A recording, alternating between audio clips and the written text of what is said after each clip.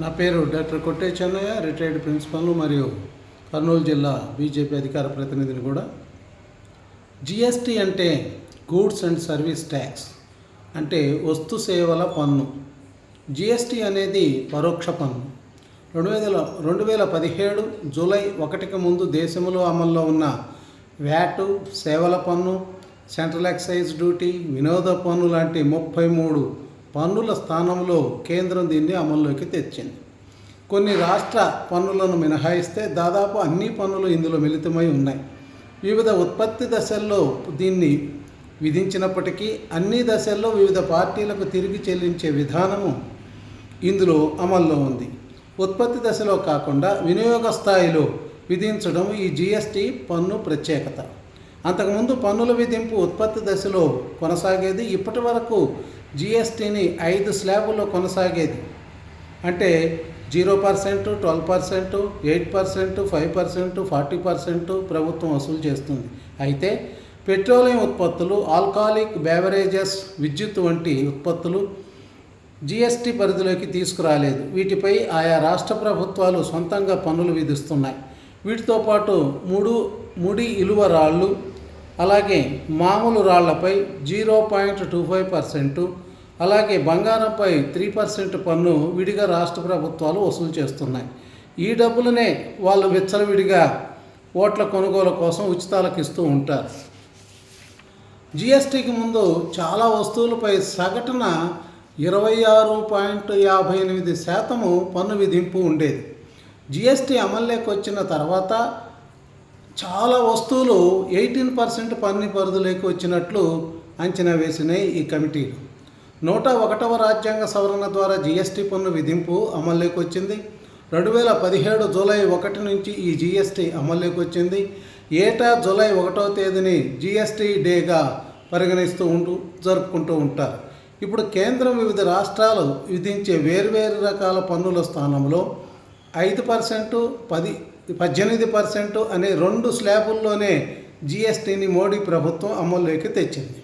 వినియోగదారులు తాము కొనుగోలు చేసిన వస్తువులపై బిల్లును అడిగే హక్కు కూడా ఈ రాజ్యాంగ సవరణ కొనసాగిస్తుంది. జిఎస్టీ విధానాలను జిఎస్టీ కౌన్సిల్ నియంత్రిస్తుంది. ఈ జిఎస్టీ కౌన్సిల్లో కేంద్ర ఆర్థిక మంత్రితో పాటు ఆయా రాష్ట్రాల ఆర్థిక మంత్రులు కూడా సభ్యులుగా ఉంటారు. ఈ సంస్కరణలను ఎన్డీఏ ప్రభుత్వం తెచ్చింది. 1986 నుంచి ఈ పన్నుల సంస్కరణ జరుగుతూ ఉన్నప్పటికీ ఆనాడు రాజీవ్ గాంధీ, విపి సింగ్ ఆర్థిక మంత్రిగా ఉన్న కాలంలో మొదలయ్యాయి. తర్వాత పివి నరసింహరావు గారు, 1999లో అటల్ బిహారీ వాజ్పేయి గారు, అలాగే 2006లో మన్మోహన్ సింగ్ ప్రధానిగా ప్రయత్నాలు జరిగాయి. ఎట్టకేలకు 2014లో మోడీ ప్రభుత్వం అధికారంలోకి వచ్చాక ఈ బిల్లు కదిలింది. నాటి ఆర్థిక మంత్రి అరుణ్ జైట్లీ గారు లోక్సభలో ప్రవేశపెట్టారు.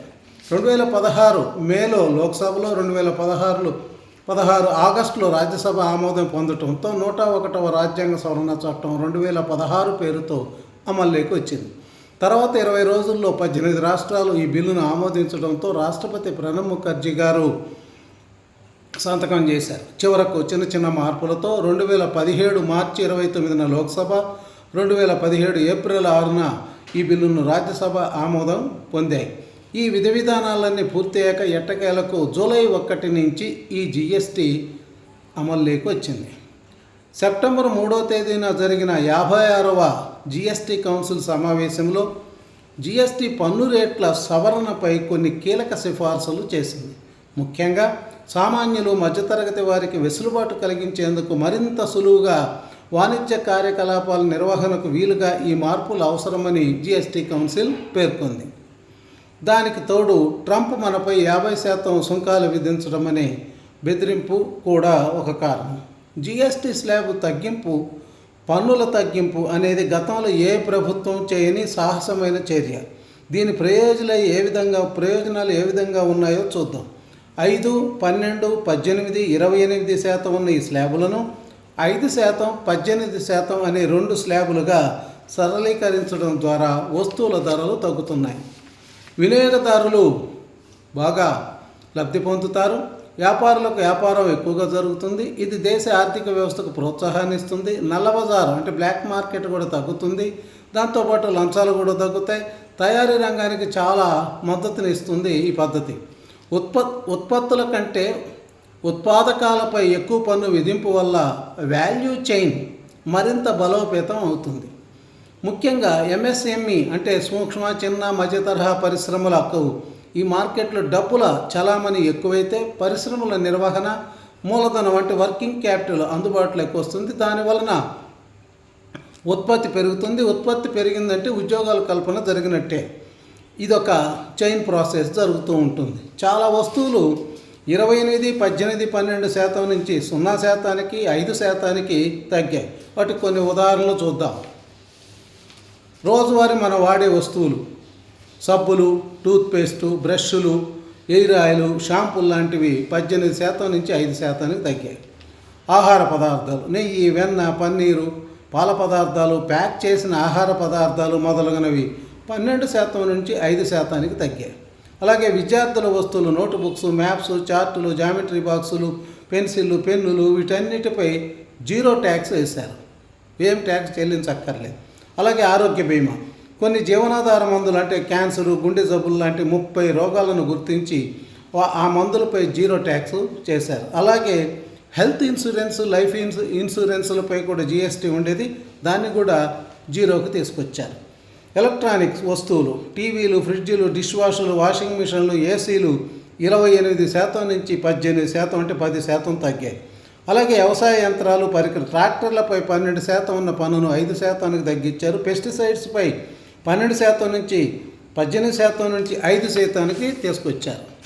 అలాగే వాహనాలలో చిన్న కార్లు, మోటార్ సైకిల్స్ అంటే 350 cc లోపల వెహికల్స్ వాటికి 28% నుండి 18% తగ్గించారు. 3 చక్రాల వాహనాలు అంటే ఆటోలు లాంటి వాటికి కూడా 28% నుంచి 18% తగ్గించారు. అలాగే నిర్మాణ రంగానికి ఊతంగా సిమెంటుపై 28% నుంచి 18% తగ్గించారు. అలాగే విద్యుత్ ఉత్పత్తి చేసే సౌర, పవన సెల్స్పై 12% నుంచి 5% తగ్గించారు. అలాగే బట్టలు, నిత్యావసరమైన బట్టలు, ఫ్యాబ్రిక్స్, హోమ్ టెక్స్టైల్స్, రాట్నదారంపై 12% నుండి 5%కి తీసుకొచ్చారు. అలాగే ఆహార శుద్ధి రంగం, జిఎస్టీ తగ్గింపు వల్ల ప్రధానంగా లాభపడేటటువంటిది ఈ ఆహార శుద్ధి అంటే ఫుడ్ ప్రాసెసింగ్ రంగం. ఈ రంగంలో దాదాపు 90% ఉత్పత్తులపై 5%కే జిఎస్టీ తగ్గించారు. ముఖ్యంగా ఎఫ్ఎంసీజీ అంటే fast moving goods, consumer goods అని ప్యాక్ చేసిన ఆహార పదార్థాలు అమ్మకాలు జోరందుకుంటాయని ఊహ. ఇలా అన్ని రంగాలలో ప్రజల కొనుగోలు శక్తి పెరిగి, అమ్మకాలు పెరిగి, వస్తు డిమాండ్ పెరుగుతుంది. దాంతో వస్తూత్పత్తి పెరుగుతుంది. దాంతో ఉద్యోగత కూడా పెరుగుతుంది. ఆర్థిక వృద్ధి జరుగుతుంది. చాలా కసరత్తు చేసి పేద మధ్యతరగతి వారిని ఆదుకునేందుకు దేశ ఆర్థిక ప్రగతి కొరకు ఎన్డీఏ ప్రభుత్వం మోడీ గారి ఆధ్వర్యంలో అనేక రిఫార్మ్స్ తీసుకొచ్చారు, సంస్కరణలు తీసుకొచ్చారు. వాటిలో భాగంగా జమ్మూ కాశ్మీర్ విలీనం అంటే 370 ఆర్టికల్ రద్దు, ట్రిపుల్ తలాక్ రద్దు, Jandhan Yojana, make in India, PM Kisan, eNAM, Ayushman Bharat Abhiyan, Ujjwala Yojana, Jal Jeevan mission, CIA, smart city, రోడ్లు, రైల్వేల మౌలిక సదుపాయాల కల్పన లాంటి అనేక సంస్కరణలు తీసుకొచ్చినటువంటి మోడీ ప్రభుత్వము ఈ జిఎస్టీ సంస్కరణలు కూడా తీసుకొచ్చింది. బలీయమైన కేంద్ర ప్రభుత్వం అంటే బలమైన, అవసరమైన నిర్ణయాలు తీసుకునేటటువంటి అవకాశం వీరికి ఉంటుంది. దానికి నిదర్శనం మోడీ ప్రభుత్వం తీసుకొచ్చిన పై సంస్కరణలతో పాటు ఈ జిఎస్టీ ముఖ్యంగా తగ్గింపు అనేది 4 స్లాబుల నుంచి 2 స్లాబులకు అది 5-18% తగ్గించడం అనేది అద్భుతమైనటువంటి మార్పులను ఆర్థిక వ్యవస్థలో ప్రజల జీవనాల్లో తెస్తుందని చెప్పేసి ఆశిద్దాం.